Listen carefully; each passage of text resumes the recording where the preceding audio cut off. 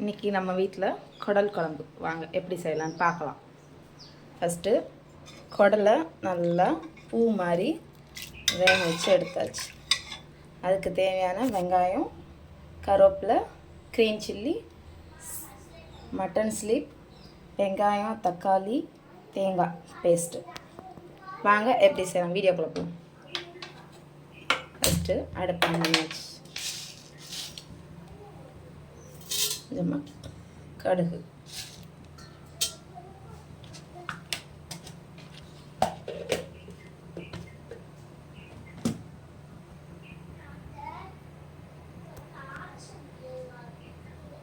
கடுகு பொரிஞ்ச உடனே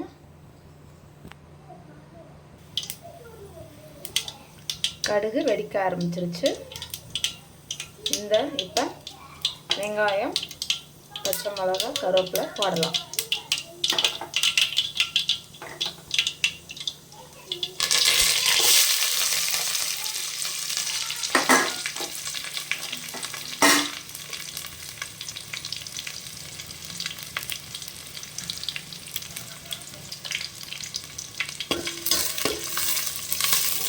நல்லா வதக்கணும்.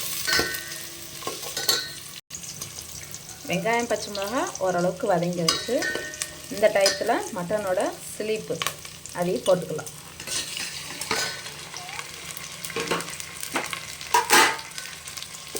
போட்டு நல்லா வதக்கிடலாம்.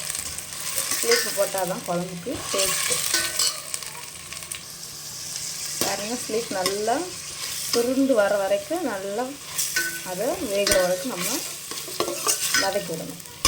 நல்லா வதங்கினதுக்கப்புறம் வேக வச்ச குடலை ஆட் பண்ணி அரைச்சி வச்ச மசால், வீட்டில் குழம்பு தூள் எல்லாம் மிக்ஸ் பண்ணி வச்சா குழம்பு ரெடி. பாருங்கள், எப்படி நல்லா பூ மாதிரி அழகாக சூப்பராக நமக்கு சுருண்டு வதங்கி வந்துருச்சா. இந்த டயத்தில் நம்ம குடல் வேக வச்ச குடலை நம்ம எடுத்து அதில் ஆட் பண்ணிடலாம்.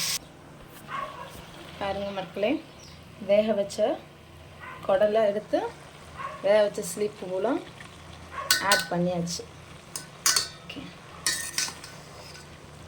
நல்லா இதையும் சுருளை கிண்டிட்டு வீட்டில் குழம்பு மசாலா நம்ம அரைச்சி வச்சுருப்போம்ல, அம்மா அப்பாங்களாம் வீட்டில் எப்பயும் வச்சுருப்பாங்களே, அந்த மசாலா போட்டு நல்லா வதக்கி விடணும். வேறு ஒன்றுமே இல்லை. நல்லா வதக்கணும்னா நல்லா கிரேவி பதத்துக்கு வரும். அப்போ நம்ம அரைச்சி வைக்கிற மசாலாம் போட்டு வேக வச்ச குடல் தண்ணி அதையும் ஊற்றி இறக்க போயில் கொஞ்சமாக புளி தண்ணி ஊற்றினா குழம்பு சூப்பராக வந்துடும். பாருங்கள், நம்ம வீட்டில் அரைச்ச குழம்பு மசால் தூள் கறிக்கு ஏற்றாப்புல குடலுக்கு ஏற்றாப்புல போட்டுக்கலாம். போட்டு நல்லா சாட்டை பண்ணி விடுங்க. ஒரு கையில் ஃபோனு, ஒரு கையில் கரண்டி வச்சு கொஞ்சம் கிண்ட முடியல. நல்லா மசாலும் குடலும் மிக்ஸ் ஆகிற மாதிரி நல்லா மிக்ஸ் பண்ணி விடுங்க.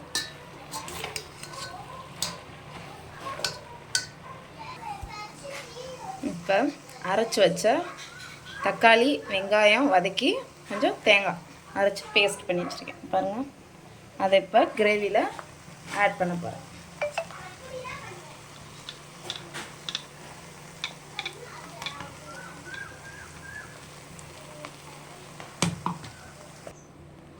மசாலா அரைச்சது போட்டதுக்கப்புறம் அந்த மசாலோட மிக்ஸி ஜாரில் இருக்க தண்ணியும் வேஸ்ட் பண்ணாமல் கழுவி அதிலே ஊற்றிடுங்க. தண்ணி பத்தாட்டி இன்னும் கொஞ்சம் மிக்ஸி ஜாரில் லைட்டாக விட்டுருந்து லைட்டாக தண்ணி ஊற்றி அது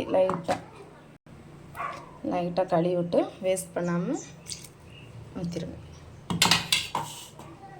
இப்போ பாருங்கள்,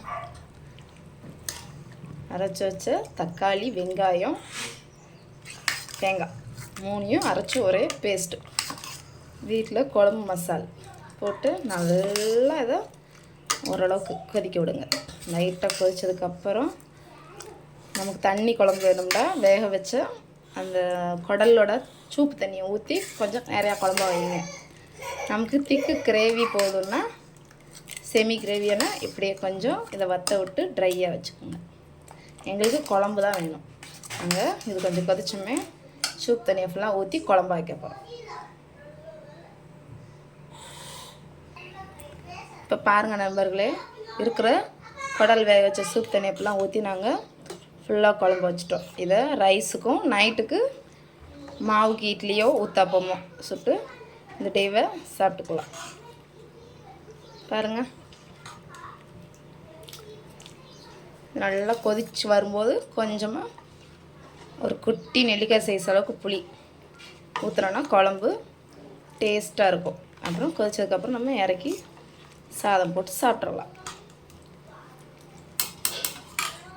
நல்லா கொதிக்கட்டும்.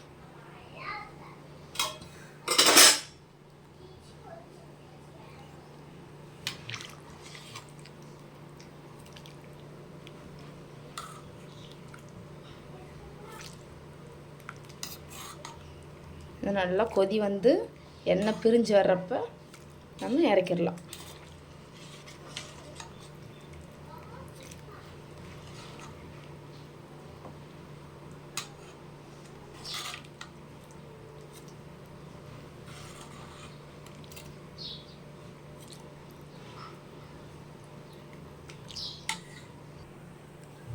பாருங்கள், புளி ஊற்றியாச்சு.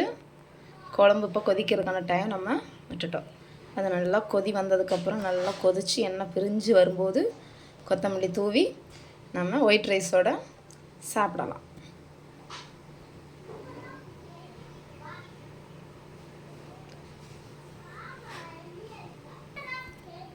மூடி போட்டு விட்றலாம், அது பாட்டுக்கு வேகட்டும். குழம்பு நல்லா கொதிக்க ஆரம்பிச்சிருச்சு. இப்போ தான் லைட்டாக பாருங்கள், எண்ணெய் லைட்டாக பிரியுதா பாருங்கள்.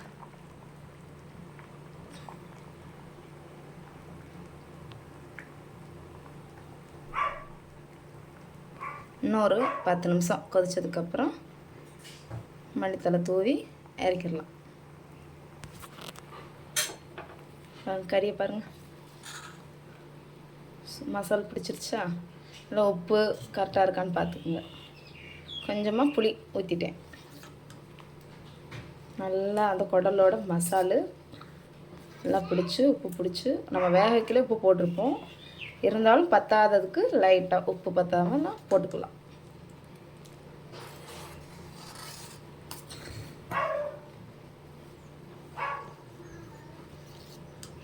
பாருங்க, ருசியான குடல்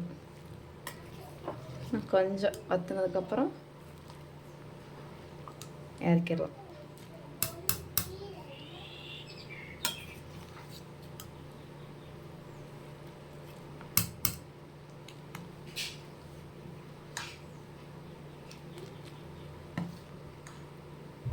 வாசனை அப்படியே குபுன்னு இருக்குது, குடல் குழம்பு வாசனை. இது சாப்பிட்டோன்னா நல்லா வயிற்று புண்ணெல்லாம் ஆறும்.